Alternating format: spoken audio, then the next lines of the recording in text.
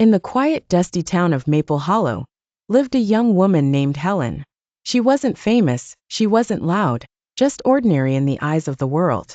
By day, she waited tables at Rosie's diner with a patient smile and aching feet. By night, she lit up a small corner of her bedroom with her old secondhand laptop and a head full of dreams. Helen wanted to become a graphic designer, but no one around her quite understood what that meant. You need a real job, people told her. Design?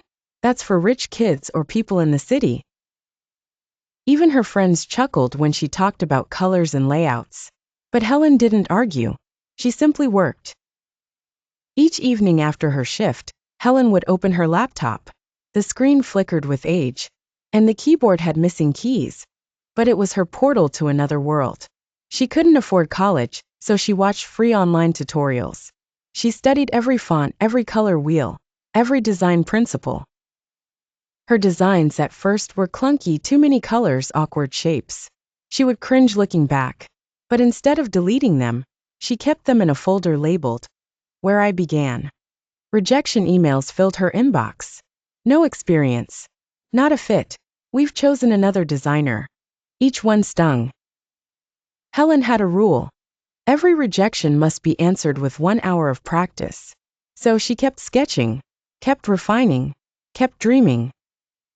One rainy afternoon, while serving coffee to a customer in a worn-out hoodie, Helen overheard him talking about a local startup. She hesitated, then gathered her courage. "Sorry to interrupt," she said, nervously wiping her hands on her apron. "But do you need design help? I do graphics."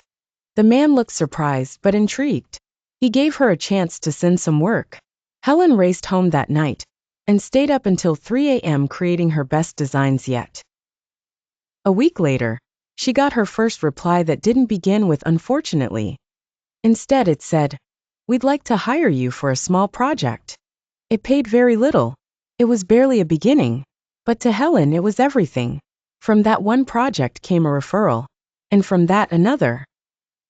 Helen kept her day job for a while, but slowly, her evenings began to glow brighter, with new clients, better designs, and confidence she never thought she had. There were still bad days, clients who didn't pay, projects that flopped, nights when imposter syndrome whispered, "You're still not good enough." But then she'd look at that first folder, "Where I Began," and she'd realize just how far she had come. 3 years later, Helen sat in a sunlit home office, surrounded by colorful prints and design awards. Her inbox now had messages that began with, "We've seen your work and love your style." She still worked hard, up early, taking care of her family, mentoring new designers online. But now she worked on her terms. At a local event, a young girl shyly approached her. "You're Helen, the designer, right? I want to do what you do, but I don't think I'm good enough." Helen knelt down, smiled, and said, "Neither was I. But I worked at it. Every day. That's how things grow. Hard work is the seed that blooms into dreams." Moral of the story: hard work doesn't guarantee overnight success, but it guarantees progress. Every small effort you make, every hour, every try, every late night, is a brick in the foundation of your future. Please like, share, and subscribe to my channel. Bye.